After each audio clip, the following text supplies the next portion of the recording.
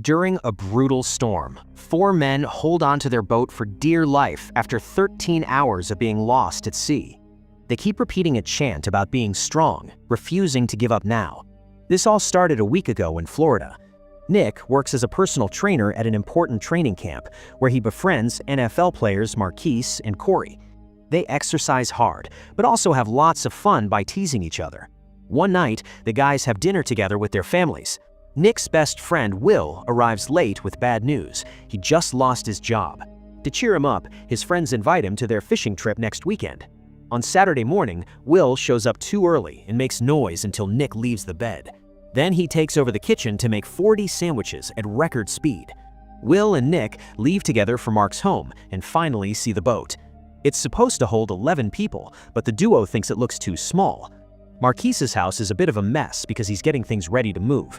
He admits he doesn't want to move to Oakland because there's no access to the ocean there, and he can't live without the waves because they feel like home, but he has no choice because of work. After Marquise says goodbye to his family, the group finally leaves. At the pier, they discuss the weather because they heard about an upcoming storm, but they agree they should be back before it reaches this area. They also put their phones in plastic bags to protect them from the water, although they won't have service at sea. Will is a little worried, but Marquise assures him that the boat has a radio. A few hours later, Nick's mother wakes up and watches the news, only to learn about the storm. She tries to call Nick to warn him, but he doesn't hear his phone because the guys are chatting and playing music while they fish. They fish for a while in the same spot before they move deeper into the sea to try a new area. After 4 hours at sea, Corey manages to catch a big fish, while Will gets his line stuck on the boat.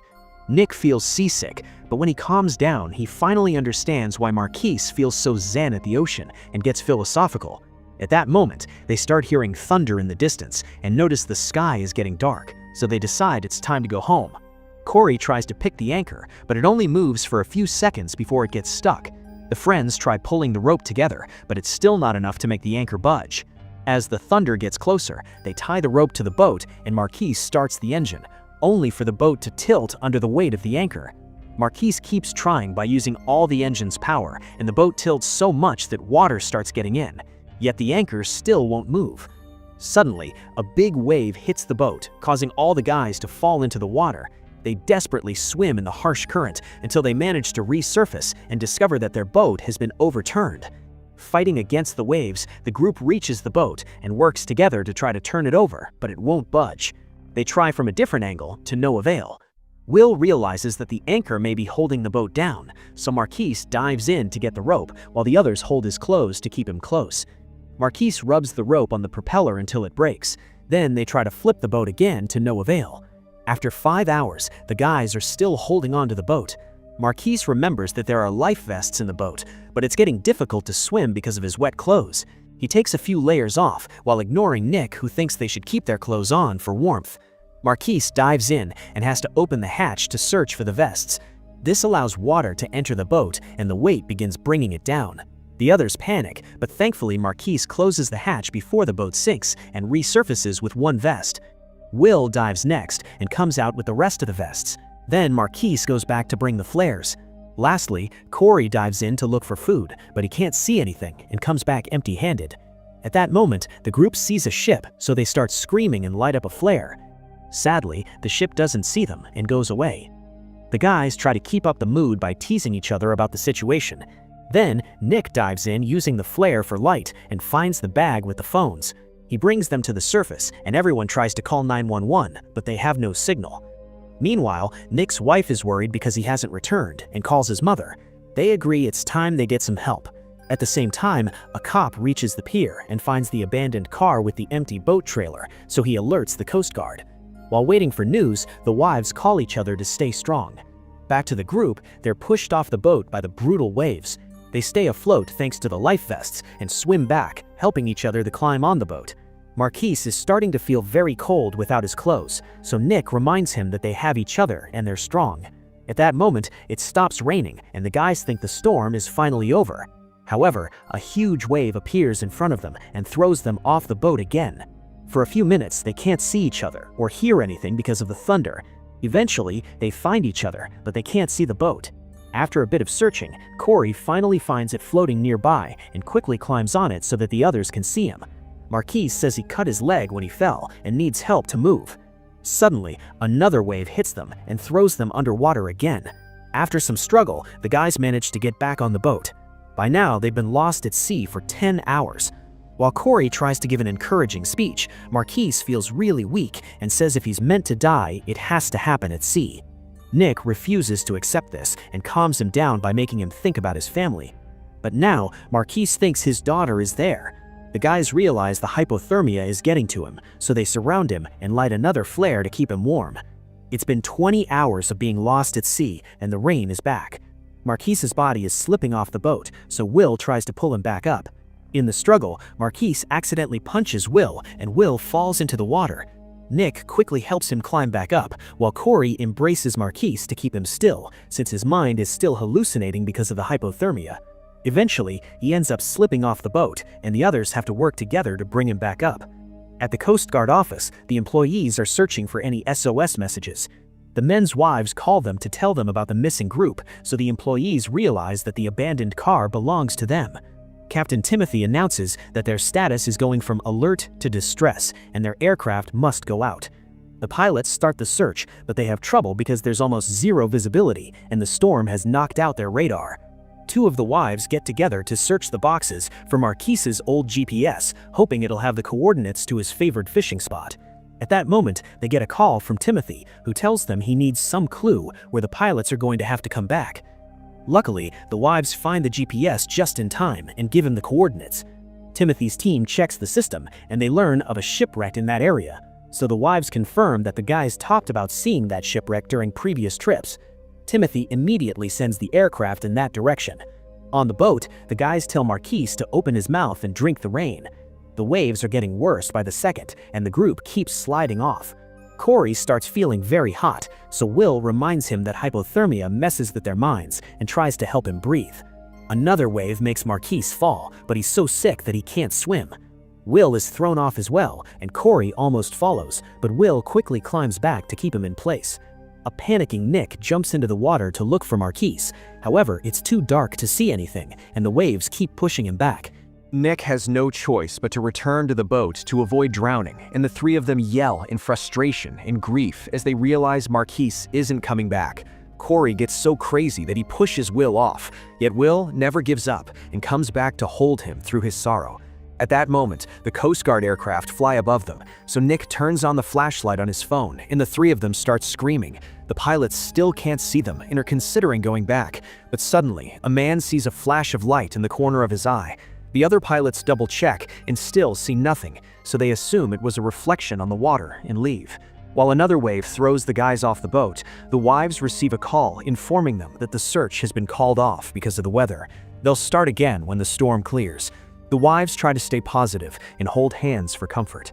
In the Coast Guard office, Timothy calls a ship called Tornado for help, and the commander immediately wakes up his crew to make them keep an eye out for the boat. By morning, only Nick and Will have managed to climb back on the boat after the last fall. They keep yelling Corey's name, but there's no answer. Will points out that Marcus and Corey were stronger than them, but didn't make it, so he loses hope for himself. Nick insists he needs to put on some clothes, but Will refuses to dive to search the boat, and they end up arguing. Suddenly, two sharks start swimming around the boat, and the guys panic. They move to the highest spot and realize that the sharks are probably attracted to the fish they caught earlier. When the sharks search the boat, Will's sandwiches come out and start floating. The duo wants to grab them, but the sandwiches are too far away, and the men can't get in the water because of the sharks. Since they have nothing to do but wait, they try to chat to keep themselves distracted. However, Will brings up heavy subjects like eternity and faith. Nick doesn't consider himself an atheist, but he doesn't see the point in praying to the same God that caused this in the first place. When Nick starts ranting with clear anger, Will asks him not to give up on God yet. Nick hugs him and says he isn't giving up on anything. Then they start repeating their "We Get Strong" chant. The media starts talking about the missing NFL players, and the Tornado keeps on searching, but the visibility is poor, so the crew can't see much either.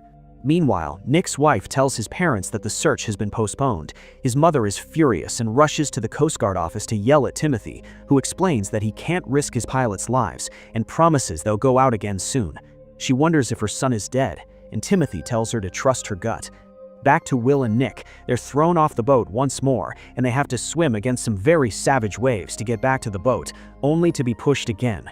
They return to the boat as fast as possible, and Nick gets an idea. He gets in the water to pull at the cables from the engine until they break. Then he says they should tie themselves to the boat. Will thinks it's a bad idea because they'll drown, but Nick points out that at this rate they'll drown anyway. They tie the cables around their waists, and when another wave hits them, they don't fall.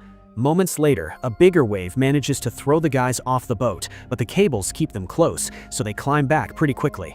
At that moment, a plane flies by, and the duo tries yelling and waving their arms, but they aren't seen, and the plane leaves. Nick and Will can feel the despair taking over their minds. A few moments later, Will realizes they've been on the water for 24 hours and wonders why nobody has rescued them.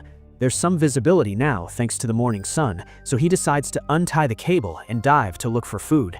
He comes back with a bag of pretzels and a drink. At that moment, Will sees something in the distance and thinks it's land. Nick tries calling 911 and texting his wife, but he still has no signal. He wonders if they may be hallucinating, but Will points out that two people can't hallucinate the same thing. Since planes have flown by without seeing them, he thinks they should take the risk now. They untie the cables and leave the boat to start swimming toward the supposed land. However, after just a few minutes, they lose sight of both whatever it was they saw and the boat. When they turn around, they realize they can't see each other either. They desperately swim around trying to find anything, and eventually Nick makes it to the boat. Will soon arrives as well, and Nick has to help him stay afloat.